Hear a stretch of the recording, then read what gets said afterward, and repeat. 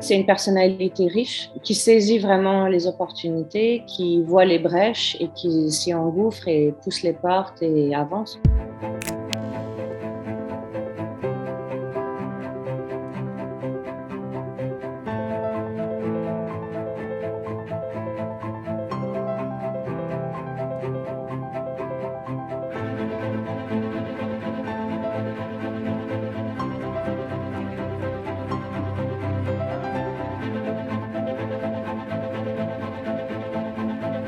Au fond, Lee Miller n'a pas fait autre chose d'abord que d'être une statue qui accédait à la vie. C'est-à-dire que je crois qu'un des secrets de cette femme, c'est que c'est un mannequin qui avait été calciné, qui avait été brûlé, qui avait été surexposé à la lumière, au flash, et qui un jour a voulu s'évader de cette enveloppe en devenant une photographe, une grande photographe.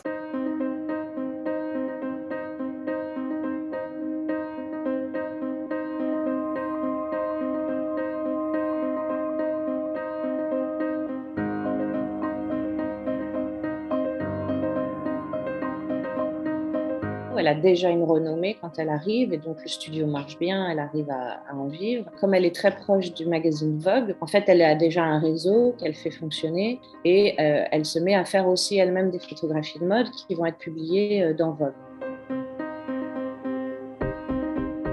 Beaucoup d'hommes sont mobilisés. À ce moment-là, il y a une petite brèche qui s'ouvre pour des femmes qui poussent un peu la porte et désirent un peu sortir de leur rôle toujours un peu ou de muse ou d'assistante ou de seconde main. Elle s'est rendue dans les bureaux du magazine Vogue et elle est restée là jusqu'à ce qu'on lui donne un travail.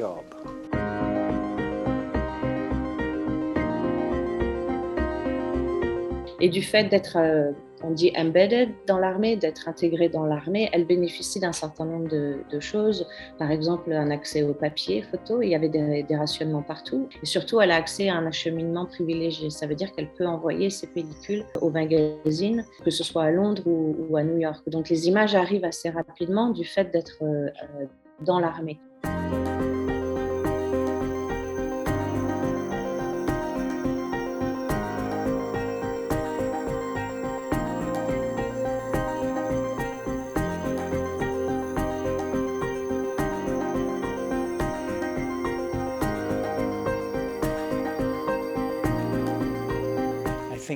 Beaucoup d'artistes ont un éclat de glace dans le cœur. Je pense qu'elle en avait un.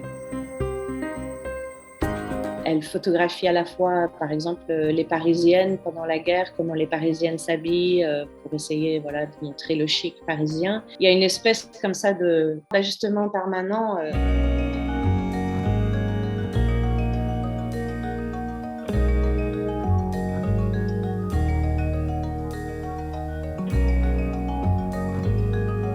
Le drame du siècle va lui coller à la peau. Et jusqu'à la fin, elle était hantée, je crois, par ces images. Et elle est restée germanophobe, d'une manière intransigeante et inconditionnelle. Aujourd'hui, on pourrait dire qu'elle est en syndrome post-traumatique. Évidemment, ce n'était pas du tout traité à l'époque ou même envisagé. Bon, donc on disait, on a tous vécu la guerre, on avance.